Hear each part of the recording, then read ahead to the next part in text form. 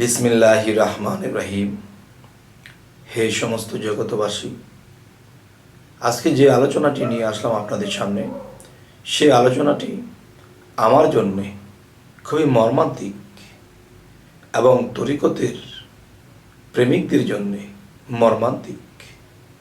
যারা সাধক তাদের জন্য মর্মান্তিক, আর যারা এই পৃথিবীতে আল্লাহর জন্য সব কিছু ত্যাগ করে দিয়েছে তাদের জন্য মর্মান্তিক। কিন্তু এই কাহিনীটি মর্মান্তিক সেই ব্যক্তিদের জন্য হবে না যারা শুধু আল্লাহর নামাজ পড়ে, সাধনা করে না, নামাজ পড়ে, জিকির করে না, এবং আল্লাহর সাথে সেই প্রেম নেই। তারা আল্লাহকে ভয় পায় কিন্তু প্রেম নেই। এবং একটা কথা বলে থাকে কি, আল্লাহ বেহেশত দিও, কিন্তু আল্লাহর সম্পদ বেহেশত, আল্লাহর কাছে বেহেশত চাইল কিন্তু আল্লাহকে চাইল না। যাই হোক, আজকে সেখানে যাব না। আজকের কথা হলো কি, যে এই পৃথিবীর বুকে হাজার হাজার ভক্তের মধ্যে কোন ভক্তটি এই আত্মার মুক্তি নেবে, সেই মহাত্মার সাথে মিশে যাবে।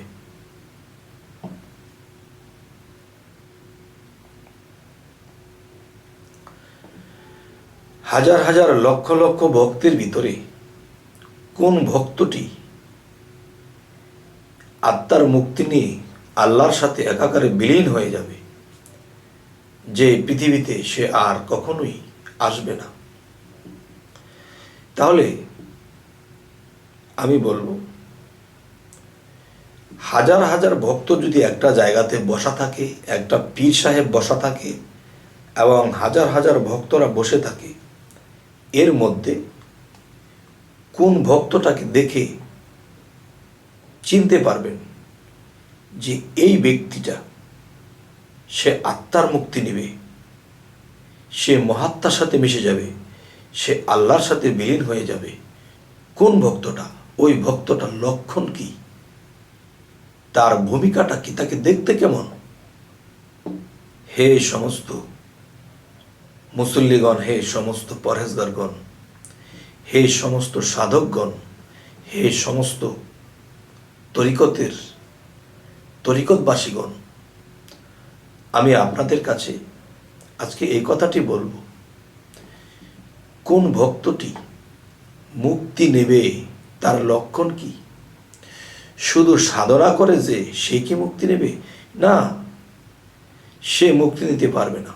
যে শুধু সাধনা করে সে মুক্তি নিতে পারবে না। মুক্তি নিতে পারবে সেই মানুষটাকে আমরা এক নজর দেখলে চিনতে পারবো, আপনিও চিনতে পারবেন। সেটি কি? হাজার হাজার মানুষ বসে আছে, এর মধ্যে সবাই তো ভক্ত। কোনটা যে আসল আল্লাহর কাছ থেকে কামিয়াবি লাভ করে বসে আছে, তাকে চেনার কি লক্ষণ? তার লক্ষণ হলো, দেখুন, একদল ভক্তরা কি করবে,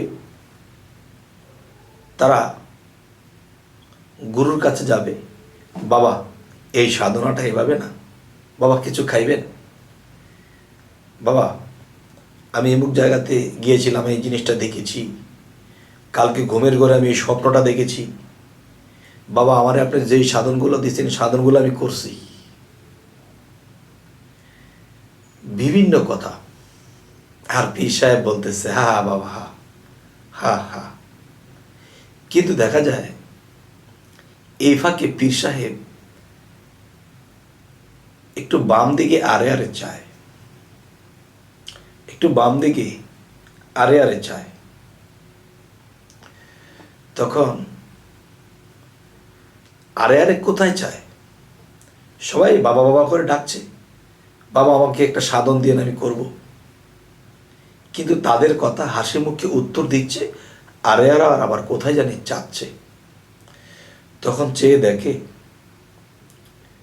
যে আজকে 30 বছর 32 বছর হয়ে গেল একটা ভক্ত সে বায়াত হয়েছিল।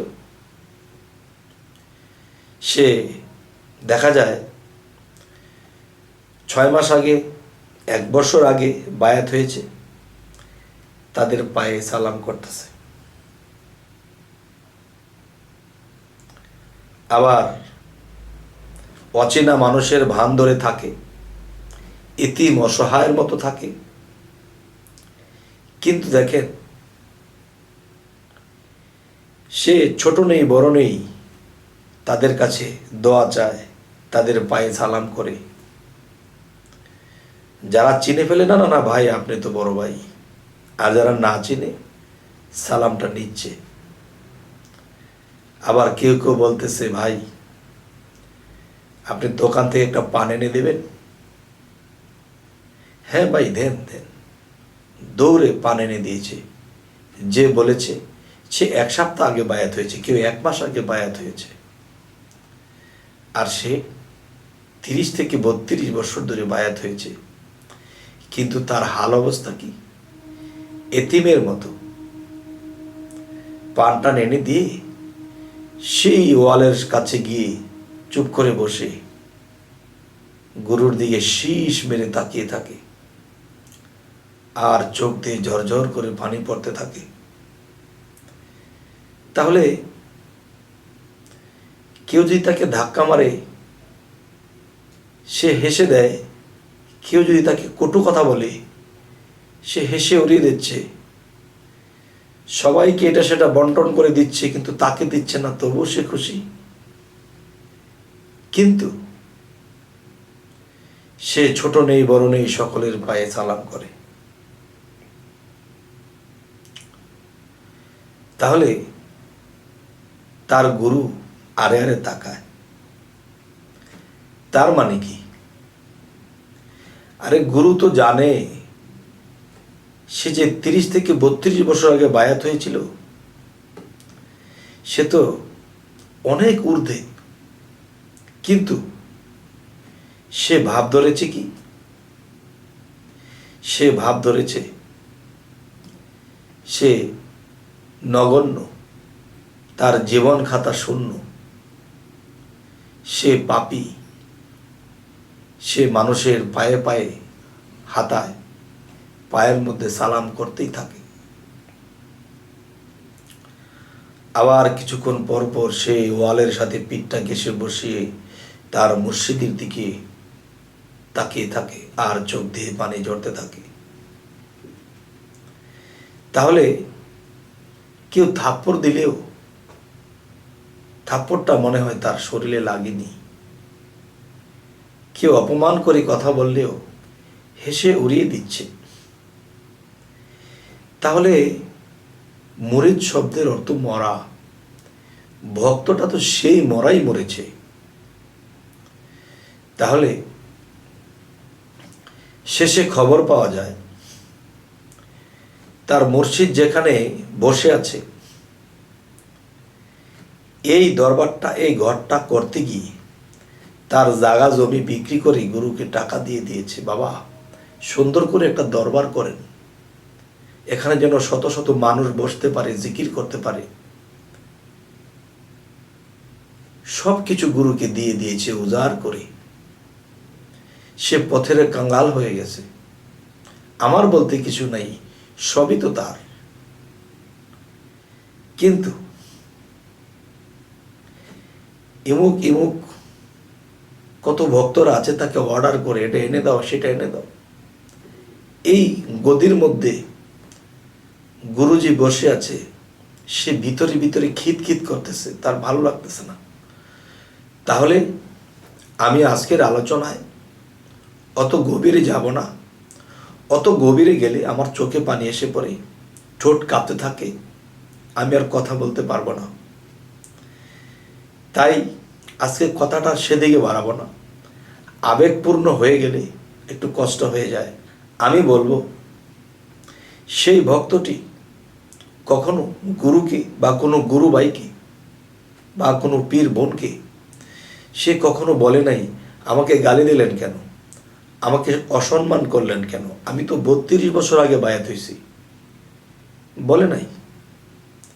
আমি তো দরবার করার জন্য আমি বাড়িঘর বিক্রি করে দিয়ে দিয়েছি গুরুকে, এই দরবারটা আমার টাকায় করা। বলে নাই। তাহলে সে তো সেই মরাই মরেছে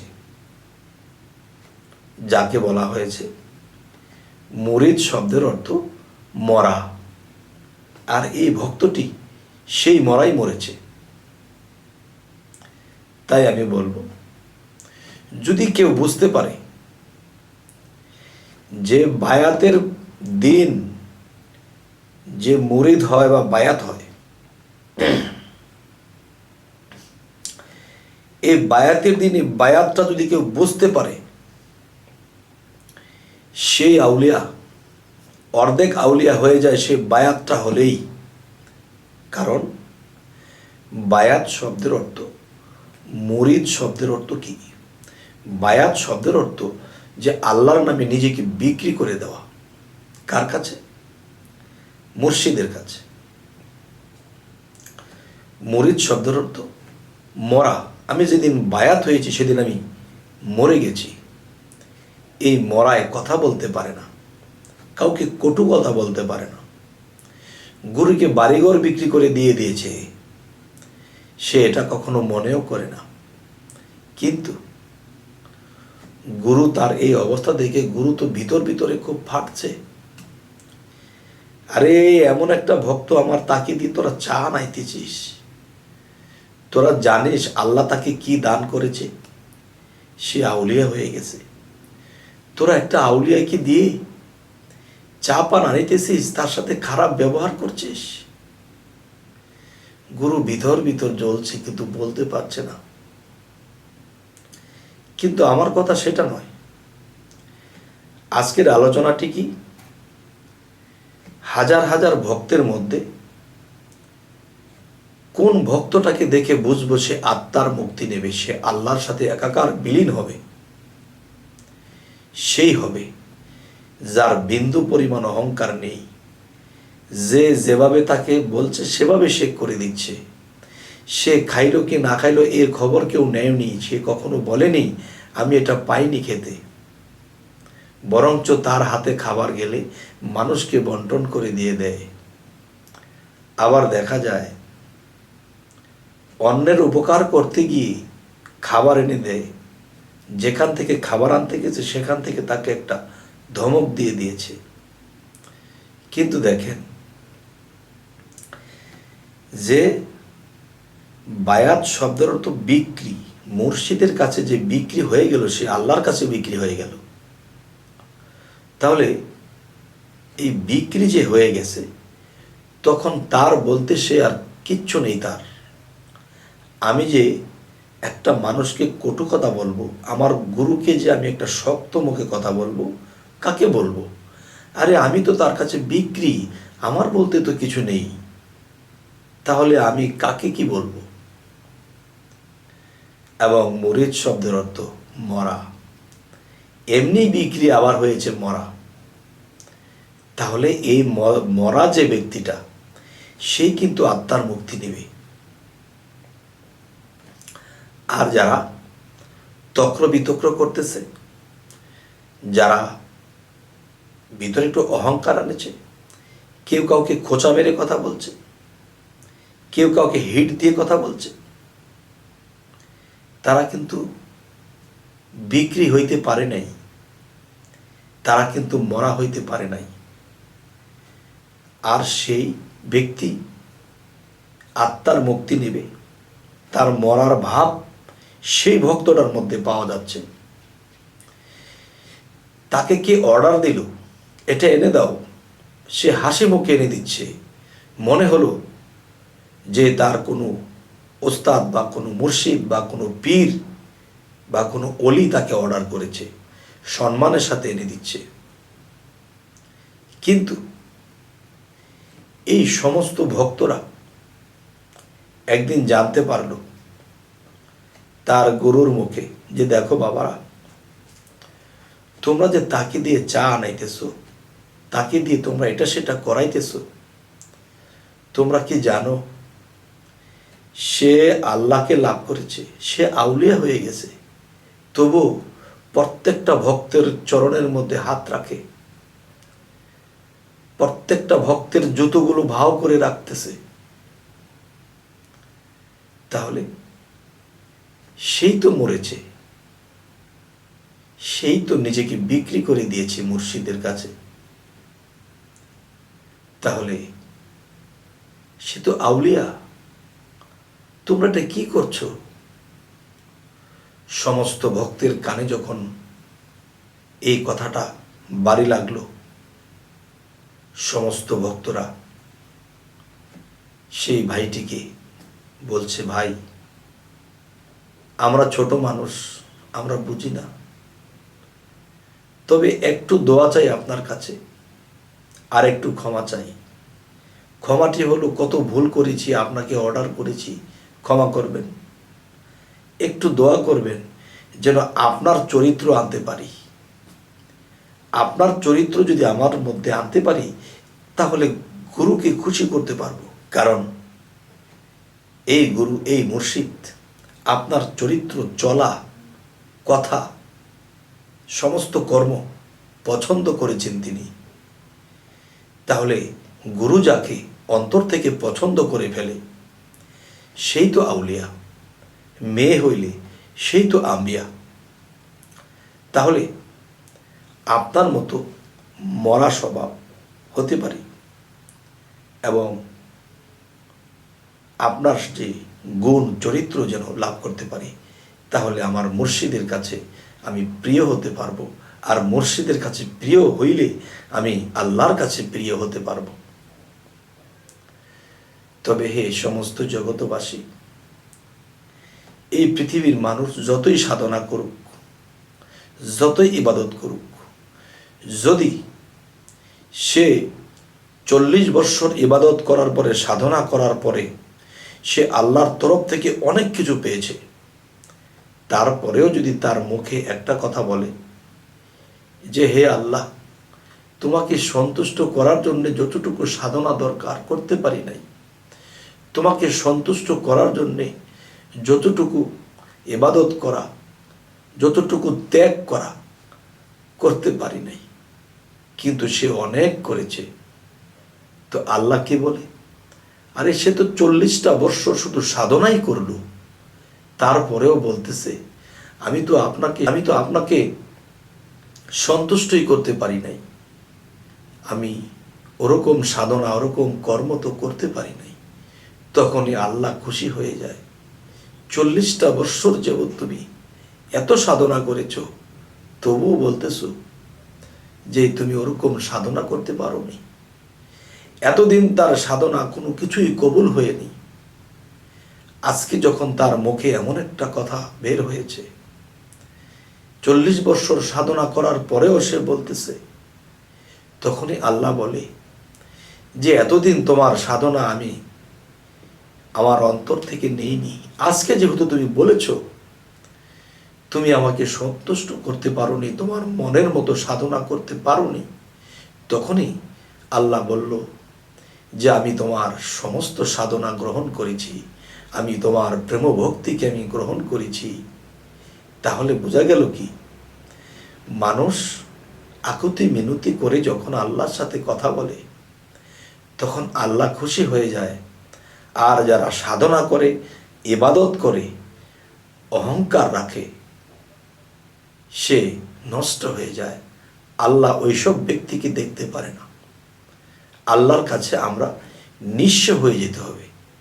আল্লাহর শত সাধনা করার পরেও বলতে হবে, হে আল্লাহ, এই রক্ত মাংসে গড়া তোমাকে সন্তুষ্ট করার মতো সাধনা করতে পারি নাই। তখনই কিন্তু আল্লাহ খুশি হয়ে যায় যে সে তো যথেষ্ট সাধনা করেছে, তারপরেও বলতেছে, হে বান্দা, আমি তোমাকে, তোমার যদি ছোটখাটো পাপ থেকে থাকে তা তো মাপ হয়ে গেল, তবে হে সমস্ত ফেরেশতাগণ, তোমরা সাক্ষী থাকো, আমার এই বান্দাকে, আমার এই বান্দিকে আমি বান্দার থেকে আমি তাকে বন্ধুতে আমি তাকে স্বীকৃতি দিলাম। সে আমার জন্য কত কিছু ত্যাগ করেছে, তারপরেও মুখে কখনো বলে নাই যে আপনার জন্য কত কিছু ত্যাগ করেছি, কত কষ্ট করেছি, সে কখনো বলে নাই। কিন্তু না বললে কি হবে, আল্লাহ তো সব জানে। তো আল্লাহকে সন্তুষ্ট করতে হলে আমরা যতই কিছু করি জীবনে, দরবারের জন্য, মসজিদের জন্য, মানুষের জন্য, যাই কিছু মানুষের উপকার করি, কখনোই বলা যাবে না। বললে আল্লাহ আঘাত পায়, আর সেই আঘাতে সমস্ত সাধনা, সমস্ত ইবাদত বরবাদ হয়ে যায়। যাই হোক, হে সমস্ত জগতবাসী, আজকের এই আলোচনাগুলো আমি কেন করলাম, যে মানুষ অনেক সাধনা করে, কিন্তু ভিতর ঠিক না হলে, ছয়ের উপর ঠিক না হলে, অহংকার থাকলে এই সাধনাও বিফল হয়ে যায়। তাই আজকে আপনাদের সামনে এই আলোচনাটি করলাম, এবং সামনে আপনারা কি ধরনের আলোচনা চাইছেন, কি ধরনের আলোচনা আপনাদের ভালো লাগে অবশ্যই জানাবেন। এবং আমাদের চ্যানেলের আলোচনা যদি ভালো লাগে অবশ্যই সাবস্ক্রাইব করে নেবেন, পরবর্তীতে যেন ভালো ভিডিও আপনাদের কাছে পৌঁছে দিতে পারি। তো সকলেই ভালো থাকবেন। আল্লাহ হাফিজ।